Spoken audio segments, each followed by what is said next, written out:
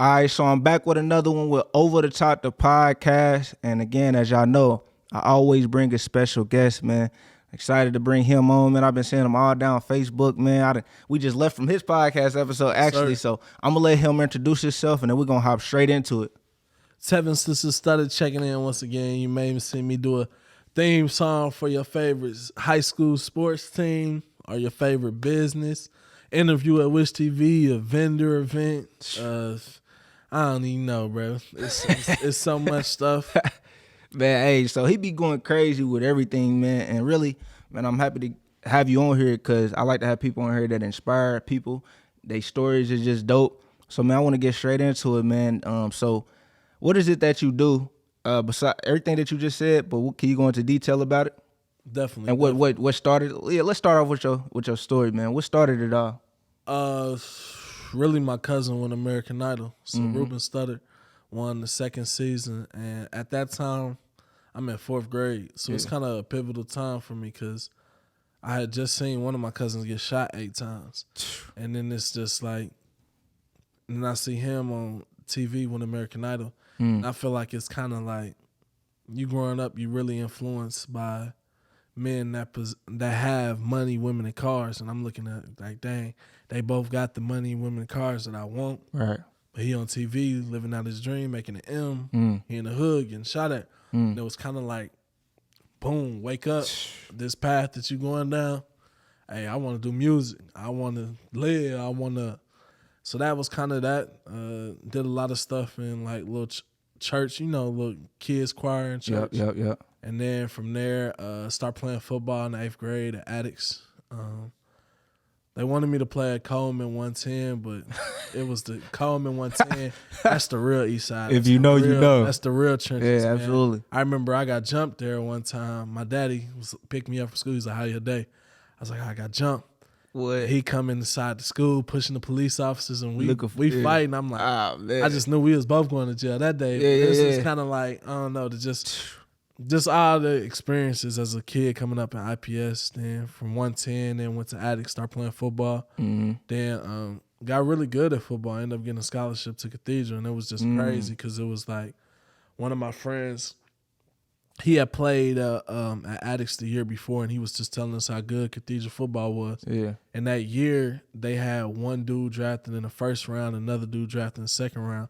So I'm like, dang, they got NFL players like that. And at this time, Addicts was just becoming a high school again around 2006. Yeah. So I ended up going there, and man, it was a great experience. It was different. It was a culture shock for sure. It was the most white people I've seen since the MTV show. I bet. It was like I'm coming from Coleman and Addicts to Cathedral. It was night and day. But it kind of prepared me for a lot of stuff in the world, and the football was like second to none. Like 5 of my teammates made the league. Like it's crazy to turn on TV.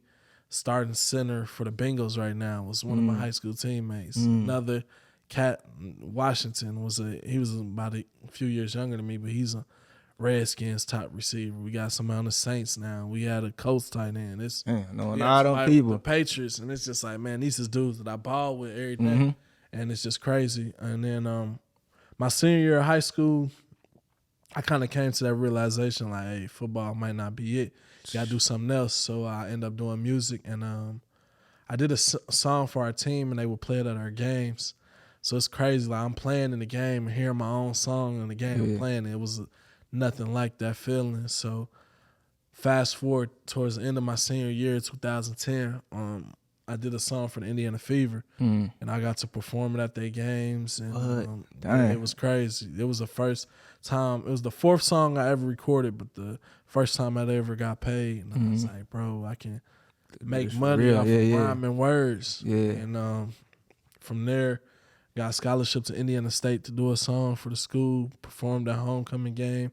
But I was 18 and I was full of myself. They messed up my mic. Man. I kind of let them know where they could go and how they could get there. They basically banned me from performing any other things in Indiana State. So it kind of, but with that, it was a blessing and a curse because from there I just started doing songs for other schools. So my senior year, I ended up doing like 40 theme songs for colleges around the country, sport teams. So now I'm at like 100+ colleges. I mean, I'd have been in Baylor, Ohio State, USC, San Diego State, Florida State, Iowa, Wisconsin, Penn State, doing volleyball, soccer. I did a rowing video. Like, Dang, I you was do it going all. crazy. Yeah, Dang. so my kind of fast forward, 2020, the pandemic happened, and I did a song for the University of South Carolina. They was the #1 girls basketball team in the nation with Don Staley.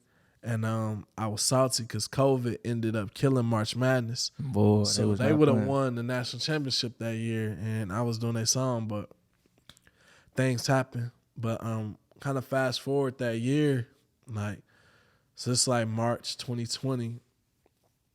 Nobody ever experienced nothing like COVID. I'm like, is the world? I know, right? It's what's about to It happen. was going crazy around that time. So it was like I ended up going into a warehouse, just working there, and I'm doing like 84-hour weeks, 12-hour days, just on a truck, just throwing boxes, just stacking them all day. Boxes ranging anywhere from 25 pounds to 200 pounds. Filling up two 18-wheelers by myself Man, I know how that feel. Yeah. every day by myself.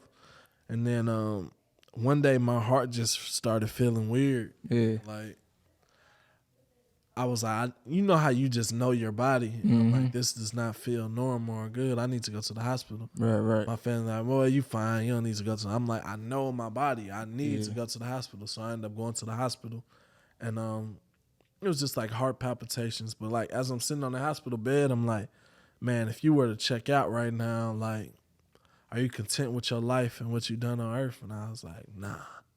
So that week, I'm just like, this is Monday, April 27, 2020. I'm like, nah. I end up having to check myself out the hospital. And then I'm just kind of home from work that week.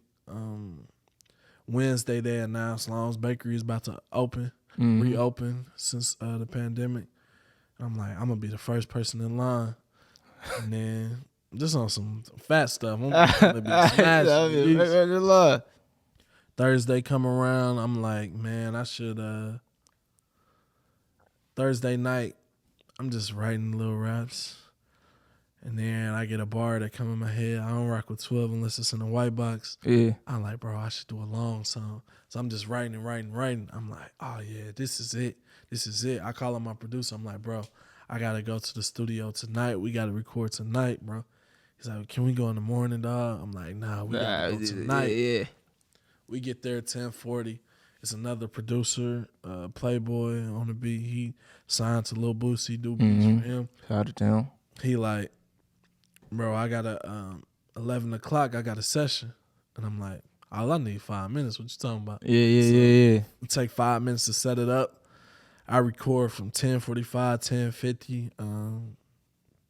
My producer mixing, doing all that for like the next 10 minutes.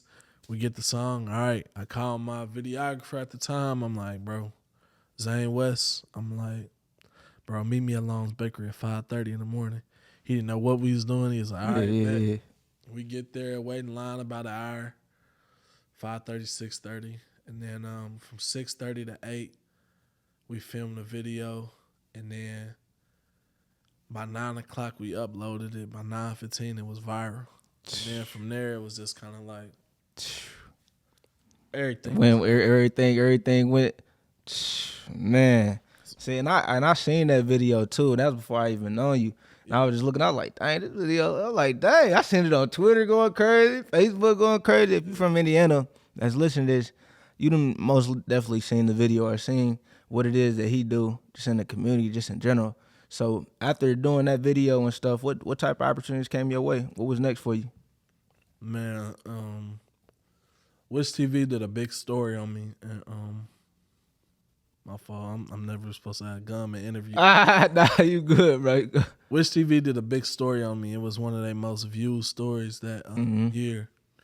And then kind of fast forward, I'm doing little videos here and there for restaurants, here and there, and then Wish TV do another story on me on Thanksgiving. I guess to test the numbers. Yeah. It was another one of their most viewed. Dang. So March of that 2021, they was like, "Hey, do you want your own show?" And I'm like, "Yeah." They was like, "All right, we give you a show 1 day a week, an hour and a half." I was like, "Nah, if you want me, I need 5 days a week, 2 hours a day." Right. They was like, "All right, bet." And So my first took 10 advantage of days, that opportunity. Yeah. bro, my first 10 days, I had 100 people. It was like, "Who are you?" You wasn't playing no games with Yeah, them. you about to find out. So Yeah. fast forward to tape now, I've been there, 15, 16 months, like 1,600 guests in Yeah. 16 months. And it's like black guests. Yeah. 'Cause Yeah. I Yeah. felt like we was never going to get that opportunity to come through again. So Yeah. I just wanted to know, like, all right, when I'm here, people definitely going to know and remember, like, when he was here, he brought the city with him. It wasn't Absolutely. just like, they wanted to make the show just about me and my experiences in that. I was like, nah. Yeah. In order for this to last, it's got to be about other people. So Yeah. I knew that would sustain it as well as kind of feel rewarding. Mhm. So it's just been a crazy opportunity ever since. And so being up there, how many black entrepreneurs you say you've interviewed? That number about 1,600. It's just been nuts. It's been nuts. Man, talking about putting the city on. You hear me? Talking about putting. Hey, and I appreciate you for letting me come on, man. I think today was the second day that I done came on. Yes, sir. I appreciate you for having me come on. And so I was just thinking about while you was talking, man, the type of drive and you know things that you did. How did you get in a position, or just even younger? Was you always? 'Cause I like to talk about procrastination on here. How did you get in the mindset to just go do it? And was that always you from from high school? My dad I saw my dad go to work every day, like grind. Like I know he had to be tired. And I saw that, and it's just kind of like nobody in my family could like half do anything. My cousin in the streets, he is the biggest in the streets. Ruben just auditioned for American Idol, ended up winning it. It was just like every person that I saw like around me when they did it, wasn't no half stepping. So if you gonna do it, you better do it for be real. 10 toes down in it. Do it for Right or real. wrong, you better don't play with it. So that's the biggest thing I seen. Yeah. So from being from Indianapolis, Indiana, I got a couple questions on that. Yeah. Man, what was the hardest part about growing up here in the city? And what advice would you give to the young people that's listening to this, I say trying to create opportunities the way you have? staying out the way, because there's a lot of distraction. Like I stayed in Hallville on 12th and Medford, as well as on the east side, 30th and Baltimore. So it's like I saw a whole lot, and it's just kind of like for non kind of confident kids, it's easy to get swallowed into it. Mm-hmm. Like easy, and had my pops not been there, I would have definitely. It ain't no question. Like I remember that day him coming up to the school and fighting. I'm like, I would have got down with somebody else had he not been there. So Yeah. it's kind of like a lot of our kids who don't have that. It's like finding that mentor, finding that coach, finding that trustworthy individual or that program, whether it's the Boys and Girls Club, a great mentorship program, to kind of be a part of, being a part of teams and different things of that nature are definitely helpful, because I was a little trouble kid in school. I did Well, me too. what I wanted to do, when I wanted to do it, how I wanted to do it. I paid for it with a lot of whoopings, but it gets to the point where whoopings didn't even phase me. Yeah, I'm like, yeah. this is just another day. Yeah. But it's kind of like a lot of these kids now, like I taught math in the juvenile center at one point. And I got kids that was like 16 years old, hadn't been to school since the 4th grade. So it's just kind of like you've been basically on your own doing whatever you desired for that long. And it was mind blowing to me. And it's a lot of kids like that. So I just feel like we really got to be there for the kids, because they can say what you want about the streets. Yeah. They always there. So it's kind of like if our quote unquote mentors of these people was always there like the streets was, a lot of the things could be changed. Mm-hmm. So I got a question for you too. So this question, what keeps you motivated? What keeps you going as far as building this legacy that you got now? Knowing that can be taken at any minute. My cousin got killed right outside of my grandmother's house on 12th and Medford. So it's kind of like, even riding down there to this day, like I can ride and see that when I feel lazy or feel like not going, it's like, bro, you got breath in your body. Right. Hell is you doing not giving it your all? Right. Like, Damn. you just wish he could just do anything right now, but not. So it's like, it's crazy. Meek had a line, it still get me to this day. He's like, I got homies in the ground, skeleton and bones. I got homies doing life. They ain't never coming home. So it's like, I seen a cousin serve a life sentence, another cousin get murdered. So it's kind of like that environment is like, that jungle is gonna make you, it's gonna make you or break you. And I've seen it break a lot of people, but I just refuse to kind of be a victim. Like, you're still a product of your environment, but I ain't gonna be no victim to it. Yeah. Like, so kind of being like, yeah, I acknowledge where we came, and I want to show them that it's possible. I remember reading them this book. Landon Turner, he is a basketball player from Tech and went to IU, and he was a national champion at IU. Like, in his book, it had talked about how Bobby Knight would come on 30th in Baltimore and in his whole recruiting process. And I'm like, dang, this is the first time I've seen something positive associated with something in my neighborhood. And it was like, dang, I could be that positive life for the next kid.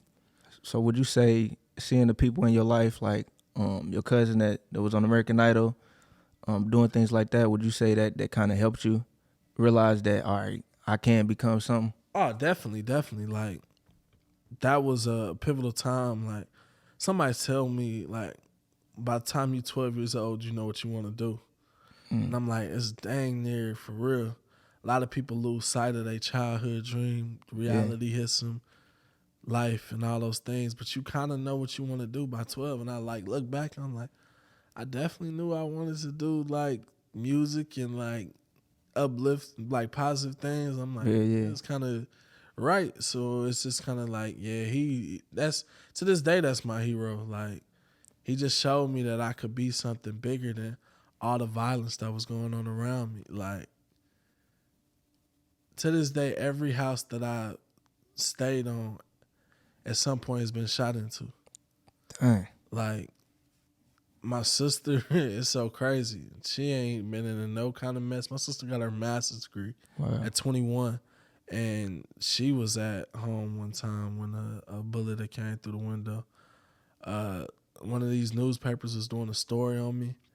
And it was like, are those bullet holes in your grandmother's window? Wow. They was just like, blown away. Like, yeah. Like, I guess, and it kind of got to me, like, I've just normalized this. Is this like, this is life? And it They ain't was normal, just like, nah, this is not normal.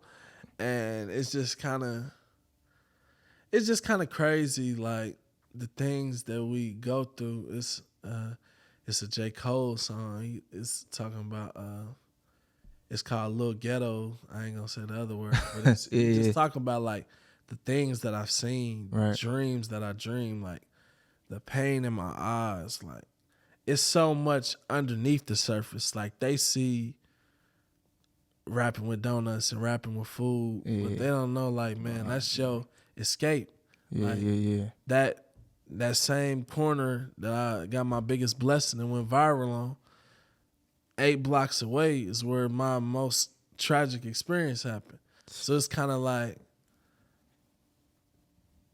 and that's even the documentary I was talking about. Like, I want to literally like show, like, hey man, this corner I cried on, lost my loved one. My family stays right down the street, and then 8 streets away, less than a mile away, is where you got your biggest blessing. And it's nothing but God, because it's like, a lot of people fold. Like, I dropped out of school after my cousin was murdered. Dang. And it was just a lot of depression. And to be like, man, God, like, I'm going to give you your biggest blessing in a place that was supposed to break you. A lot of people break after murders happen.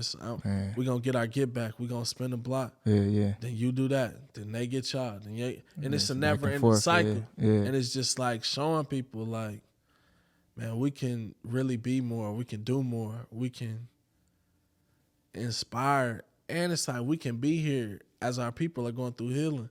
Like, my cousin been dead for 10 years now. And my auntie is just now really getting to a space of healing. Right. Like, this is something she carried inside her for 9 months. And it's just imagine. like she had to bury her own seed. Mm-hmm. And it's so crazy to just be like, man, I heard a quote. It was like, the streets will take you from your family and return you to your family to bury you.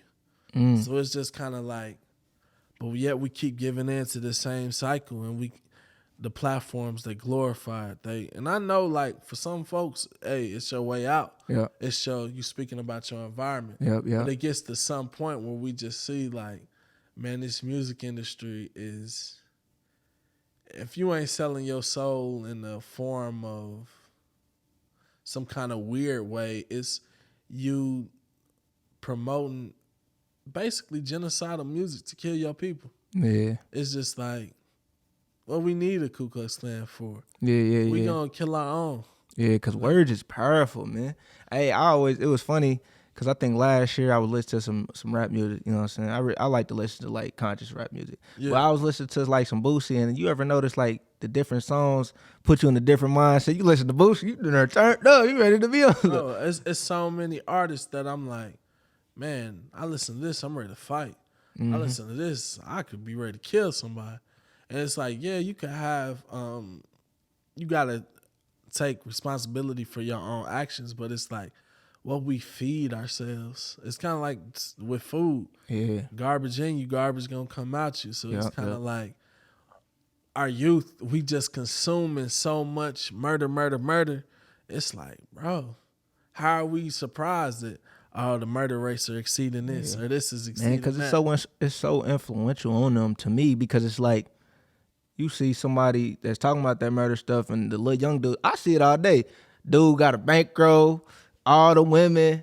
Yeah, Why so wouldn't they want to be like that? They see that as a form of success, not knowing they done lost everybody close to them, either behind the walls or in the dirt. Yeah. And it's just like, eventually, like, you can have all the money in the world, but it's just like, it's never going to bring your loved ones back. More, man. I could get signed tomorrow, sign something. I'm still have pain from my cousin. Yeah. I'm going to still have, in life, you're going to go through pain, but it's kind of like, we got to rise.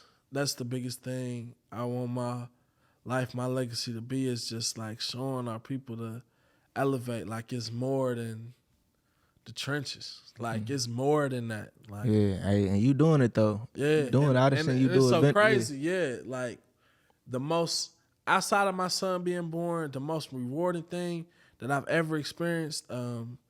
Toys for Tot last year had like $5 million worth of toys that they couldn't get rid of in Evansville. They was What? doing like 3 or 4 toy And giveaways. couldn't get rid of it? They was doing like 3 or 4 toy giveaways and couldn't get rid of it. So my friend had told me, so I ended up getting a U-Haul, like a 26-footer, the biggest U-Haul I could, filled it all the way up to the top with toys. We went to 20 different hoods. I seen that. From Molar Road to Post Road. Yeah, you was like, we over here. All right, we over here now, y'all. Yeah, and it was just like, Bless. we on, I ain't gonna list the apartments, but we in some apartments, and I'm knocking on people's door like, hey man, y'all got stuff for Christmas? We got this truck out here, yada yada bang. And one dude was like, yo bro, I salute you and I love what you doing. He like, look over here. Man, he had like 10, 20 guns on his living room floor. And he like, you saved somebody from getting robbed this year. And I'm like, bro, it's so just real. Wow. And it was just kind of like, he dang near had like a tear in his eye. Because I could tell he was like, he wasn't playing. Yeah. He was just like, it was coming from an authentic place. And just to like see his kids Be happy. Yeah. get to experience that, it was just like, man. it almost felt surreal. It was like, man, we can really uplift and change all of this. Yeah. So it's kind of like, man, using your gifts. And it's like Toys for Tots kids got to drive to a giveaway. No, we coming right to your apartments. We that was pulling dope. up I in the seen boat. that. We pulling up in Hillside. We pulling up 42nd and Post. We pulling up in Harville. Like, we pulling up everywhere, like, that we could reach that day. And it was just like the most rewarding experience ever. And it's like, it's so many people that got more than me, but don't do like a tenth of it. I'm like, it ain't nothing to all y'all dudes. Like, I still remember when Coast players used to come to the Boys and Girls Club on 30th and Keystone. And get them gifts. Yeah, and it's just like, bro, y'all, I'll say y'all from trenches. I'll say y'all this and that. Don't get When it's back your to it. time to impact these people, Yeah. Don't do nothing. bro, a couple bands to you ain't going to be nothing. Yeah, And it's just like, that's all it would take to be like, change that look, kill life or bro, mother, like, you know what I'm literally, saying? Yeah. you give him a little football, he gonna remember that forever. Like, Facts. man, little basketball, little any kind of little toy, and it's kind of like so many people get to a level of success, they get so full of themselves. So it's like I'm. So how you stay humble? Hey, it can be taken at any moment. Right. Well, they be sending any emails to the station about me all the time. He has such and such on his show. He's not for black people. Bro, it's crazy. Like, your own people will go out your way. Go out the way. When I'm done with Channel 8, I'm hearing out all of them. You know, I'm gonna be like, one lady typed out 10 paragraphs at 3:40 in the morning talking about how my platform isn't beneficial to, like, it was Another crazy. community. Yeah. It's Damn. crazy. Like, they don't want to see you as a positive making it. Influence, It's like, it's crazy. Nah, because you inspire so many people off of what you do. Like I said, before you even knew me, I seen what you was doing. And that's why I like to get a praise to the people that's doing that. And my question to you is, this the last question I want to ask before we end it. Man, what advice would you give to people that's doing it and feel like they ain't getting enough attention or getting enough praise? Some people could feel that way. What was the thing we said earlier? What's it called? Stay focused, not fascinated. It's just like, I could care less. When the app go off, I'm still the same man. Right. And it's kind of like, you got to have a vision. And, be different. Everybody does the same thing. Be different. Nobody was rapping about donuts. I'm just like, I see everybody going. Yep. I'm going to do this. I'm going to go that way. Yeah. It's be different. And I work everybody. A lot of people just want things handed. Like, you got to outwork everybody. You with your space right now, bro. You should set a goal, like, bro, at least 20 interviews a week. Ooh. And narrow them down to 5 minutes, 20 a week, 25 a week for real. And then you start doing 100 a month. Yeah. And then you work to be like, dang, I could probably do 50 a week. Yeah. I could probably knock out 100 in a week. It's going to get to that point where it's like, I love the Drake line, the hustle has become an obsession. Like, I'm the last hope. You got to feel like, hey, without you, that next person not going to get that opportunity. So that's how you got to be coming with it. And that's the 3 things. Have a vision, be different, outwork everybody. Man, dang. You dropped some gems on this episode, man. I appreciate you for coming on here, bro, dropping these gems, giving me your time coming on here because you ain't had to. And, man, anything you want to leave the people with? Support this brother. That's sharing his videos. Hey, asking him what you need help with. Just to support you and for you to keep going, take it to new heights. Like, set down monthly goals, yearly goals. Like, you should. What's your biggest dream for this platform? Go global. Really inspire all the young black people, but black people just in general, but the young black people. Really inspire them with these stories with people like you. Really let them know like it's really people out here that's doing it and going forward with it every day. Defeat procrastination. Yeah. Who's a dream person for you to interview? Honestly, it was Mike Epps. Mike S, man, I wanted to come on, man, and I really want to get deep into the detail about his stories. I heard somebody say a lot of people know his story, but I want him to share some stories, like really get deep and really show You read people. his Like, book? nah, I ain't get to read his book. Read this book, man. Yeah, absolutely. Read it. They even got the Audible version. Dang, for real? Okay. Yeah, you can get I'm the gonna have to check it Audible out. version, because that way, once you get to the point where you finally run into him, I read your book. Yeah. And then he's like, all right, what you learned from it?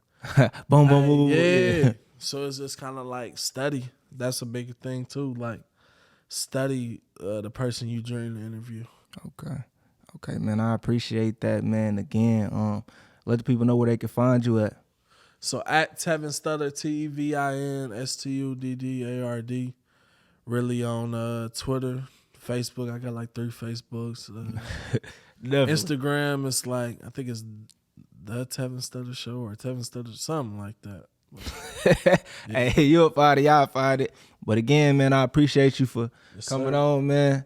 And look, y'all tap in with another one, y'all. Peace. Yo.